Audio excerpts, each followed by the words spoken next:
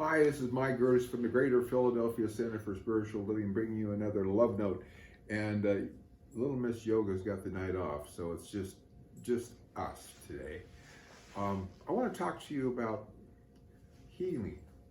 Now, healing was one of the principles, or has been one of the principles of religious science. That's the teaching from which Centers for Spiritual Living come for years and years and years. However, interesting enough to note, in the last time that they came out with a listing of the principles of Centers for Spiritual Living, healing's not even mentioned on it. Now, I did bring that up at the time, and I've got this reputation of being a troublemaker, so I didn't push it too far. But the truth is, we are a healing teaching. We're not just like any other church. We're not just like any other religion. We recognize there's a power for good in the universe and that we can use it. We recognize that you and I are emanations. We are individualizations of that one life and that one love. And we recognize that whatever is true about spirit, whatever is true about what you may call God, is also therefore true about us. Therefore, anything that appears to be other than that, be that illness, disease, dysfunction in any way, can't belong to us. Now, I'm not saying that it doesn't occur. What I'm saying, it doesn't belong to us. And when things like that come up, it's our responsibility to recognize the truth of who we are and let that stuff go. That's what spiritual mind treatment's about. And that's why we have spiritual mind practitioners. By the way, they are professionals.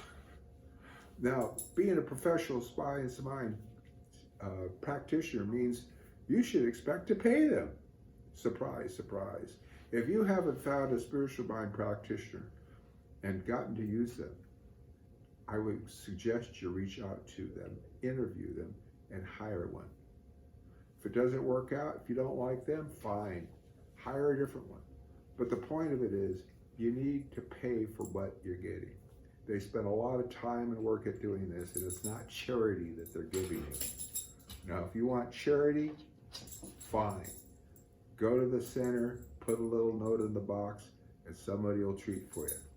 But if you really want a practitioner session, if you really want to get through this, whatever it is that's impeding you from expressing that love and life that you want, hire a practitioner. Most of them are relatively inexpensive. Not me, but most of the rest of them are. So I urge you to do that. See, religious science is a scientific use of spiritual principles that allows us to express the greater idea of life and love. We are a healing teaching. So if we're a healing teaching, you're not really learning this teaching unless you're healing. Not only in your own life, but bringing that healing to those about you. It's not just a feel-good teaching. It's not just a feel-good religion. It's a transformational process through which we become the greatest expression of life and love that we can. And we actually do reveal heaven and on earth, here and now.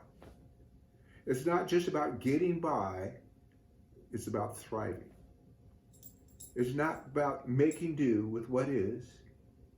It's about changing what has been to the truth of what is. So with that, I want to thank you very much for joining me tonight.